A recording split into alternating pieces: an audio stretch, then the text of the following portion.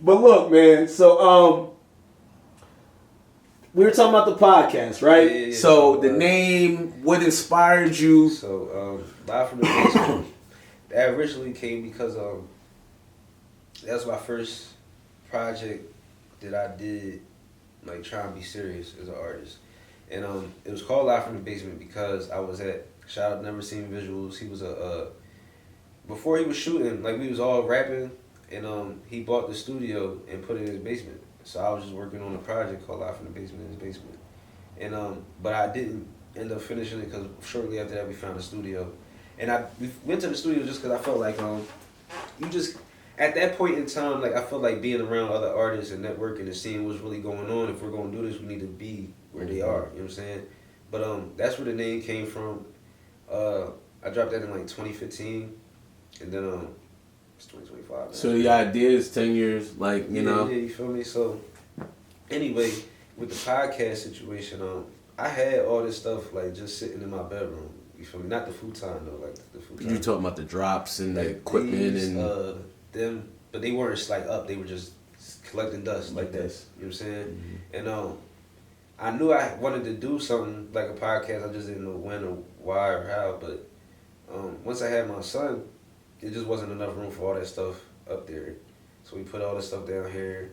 Ain't that crazy how life work? I know. Ain't that crazy? Full time, like we got a nice little sofa now. So we took this joint, brought this down here, and boom, I was sitting there looking at it. I'm like, I don't like shit just looking like a mess, so I just kind of made it neat. You feel me? I was like, you know what? This looks like a set. Yeah.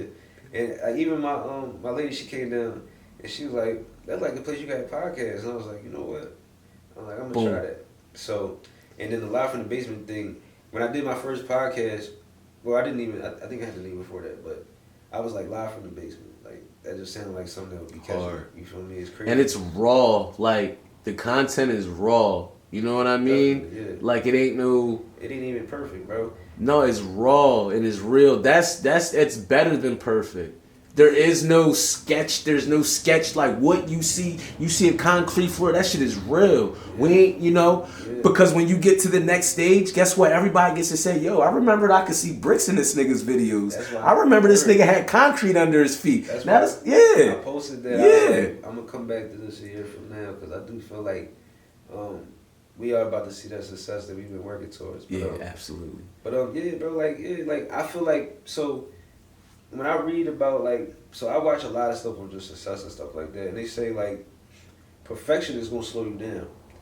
Just do it. Be consistent. If you're consistent, it'll get Perfection better. will time, work you know in. Yeah. And like even with the quality of the interviews, even with the set, like I mean, it's not way different, but like the way it looks better than it did when it started. You feel me? Even though I still like some of them Jones, but it's no, they was good, but like for me, it's just I like this. You get to see like how it started, where it started. Yeah. And that's where the motivation comes when people can go in a year from now, will come back and see, all right, this is how this nigga literally just put his basement together and did the best job he can. Now this nigga's in a fucking penthouse doing his joint. Because that's where the motivation comes from, bro. You know what I mean? And there's more people watching than you and I could even imagine. You know what I mean? And how people find motivation. You're a man of many talents, so you don't know who's maybe not even reaching out more times than not, because we men, we got pride issues. We won't reach out. You know, I don't give a fuck about it, but I tell a nigga, I need, you know what I mean? Like, okay. But you know, you might not always get that. You know what I mean? So like the level up is like how you really, because that's where the people get to go. Bro, like I told you before, like with No Jumper, he started with an iPhone, bro. Nuh-uh. It was in the back of the shop. It was a table, and it was an iPhone, and it was just all one shot, wasn't even multiple camera angles. And he interviewed Triple X Temptation, who went on to be a legend. That's when they was at the little table. Yup. Trippie Red. Like, he interviewed people that... all them guys.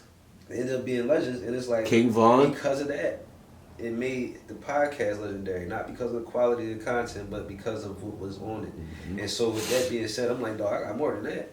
If he could do it with a phone, I could do it with this. You know what I'm saying? Now, and like, yeah, it's just, you know, I didn't know it was going to be what it was, you feel me? I just kind of... We knew. I know. appreciate it. I know. Yeah, you was supportive. But shout out to me and Cash. He was the first person that was like. Now he wasn't the first person that altogether that I booked up, but he was the first. So yeah, how did? Because that was the first episode. How did that even? So because I never met him prior to none of that. Like I found him from. Shout out to Quick or Harold Kemper. Fucking Quick, yo, Quick is like the Cal of the Altoona. You heard? So he was the one. Like I seen him at the Block Story show, and then I seen him at the next show, which was House of Melodies at Altoona Grand. And so like we like kind of exchanged information. Whose event was that? That was Cook's too. That was his event. Yeah, so that's a name now too. House of Melodies. I keep hearing it. Yeah, my fault, bro. I need coffee. No, you're good. Yeah, so from there we just started chopping it up. I did a song with him. You and Quick got a song? No, me and Cash got a song. Oh, word? Yeah. So what? It's out. What? It's on YouTube. I cooked him. Sorry. I gotta get. What's it called? I forgot what it's called, but he But in all fairness, bro, I ain't gonna lie. We got a couple Jones that you can get out of me. So yeah, look, hey. People get on me too. I mean, get out on me too, bro. But we only all right, so boom. So I never even I'd seen nigga. I never even knew that. Damn. But yeah, my fault. So like, yeah, me and him, we got a song together. I forgot the name of it, but how far apart was the song in the podcast? It was on the same week probably. Okay. Crazy story. I ain't really ever tell nobody. The day that my daughter had that fire incident was the day that I recorded his verse. I didn't hear her screaming because I was recording the verse for that song.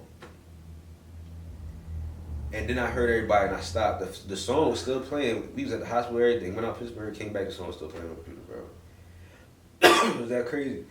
That's another reason why I feel like when niggas do shit, it's like, bro, yo, I don't even know what I just went through. Nigga. Was going through, right? But people, you know, bro, and cause I'm, you know where I stand. But like, you know, sometimes people don't know better. Like I know, like I always reference this, nigga. I don't take from everybody. You know what I mean? I am nutty sometimes. Like I know how I get, but like the people that fuck with me, like they know my heart, right? Yeah. I remember you told me one time, right? And these is all lessons, bro. But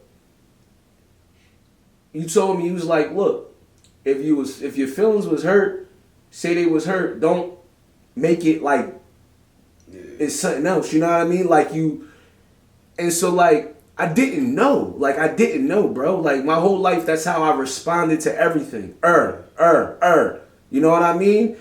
None of the niggas I dealt with fuck with me enough or cared enough to be like, yo, cuz, like, you emotionally imbalanced, gang. Like, your feelings is up. You know what I mean? So niggas don't always be knowing, bro. And I realized that bad intentions, or not bad intentions, bad deeds don't always start as bad intentions. You get what I mean? Some niggas, they do. Like I said, I like what Amin Cash is doing. I respect him.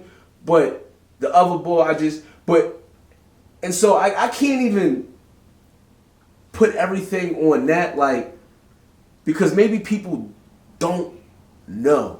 Yeah. Like, your dog, you had to run your, so people hear that shit and then they're like, damn. Yo, hey, bro, look, it wasn't even, because that's the response you got from me. You like, nigga, if your feelings is hurt, say that. Yeah, but when I be saying that, bro, it's just like, niggas don't communicate, bro. Like, as men, like, we feel like, and I mean, I'm gonna keep it big. I'm one of the niggas you can't communicate with. You can't probably say that shit to somebody else. I know I'm a rough communicator, so. So it's like, yeah, I agree. That being said, like, I'm just one of them niggas that's like, no judgment, man. Like, I'm not gonna see a nigga in a vulnerable thing and be like, all right, yo, I'm gonna remember this. Yeah. So if you ever, feel me, it's like I don't want to have to live like that, bro. Well, I'm gonna say this, man. Hopefully, obviously, your Live from the Basement has found its success, but we ultimately definitely hope that the brother, you know, equally finds some success, and even his would it be his co-host. Even that he would, you know, get himself together. It really ain't no bad blood. You know, it ain't nothing that niggas gotta die over, bro. Nothing, you know, and if there's money to be made, you know, let's make it. But at the end of the day, we sit at a table, you know, it just can't be no bull crap. You know what I mean? Because if it's a real opportunity that presents itself for us, I think the niggas would be on one accord. Absolutely, bro. And I feel like all these niggas got like, not niggas, all these men got they got qualities and assets to them that can add value to what we doing. That if everybody puts their best foot or their best hand on the table, everybody gets the benefit. Yeah, I just think like right now we all feel like we could probably be that person that gets the opportunity, so we all competing. But once it's for sure, like, oh, this the guy that got it, it might not be me either. It might be somebody else, and I gotta get behind them. But if it happens, but Chicago didn't tell Chief Keef he wasn't the nigga. You heard? Yeah. Even the ops didn't say that. Yeah, that's fact.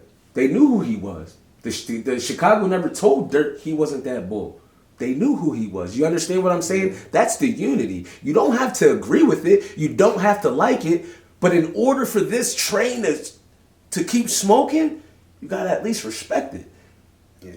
We talking about murderers, Chicago. None of them niggas ever. You get on any of their they don't discredit none of them niggas. They never said Chief Keef wasn't that bull.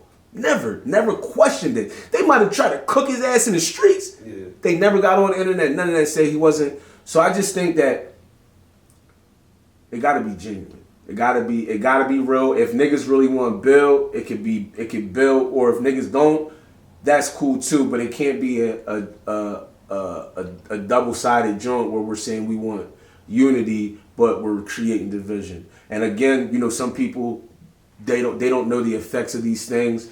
I got nothing but love. You know, I wish the best. But that's just how I am. If I'm exhausting my resources, my money, that shit got to be a certain way because I can't get that back, and that's bread that I could have gave to my folks.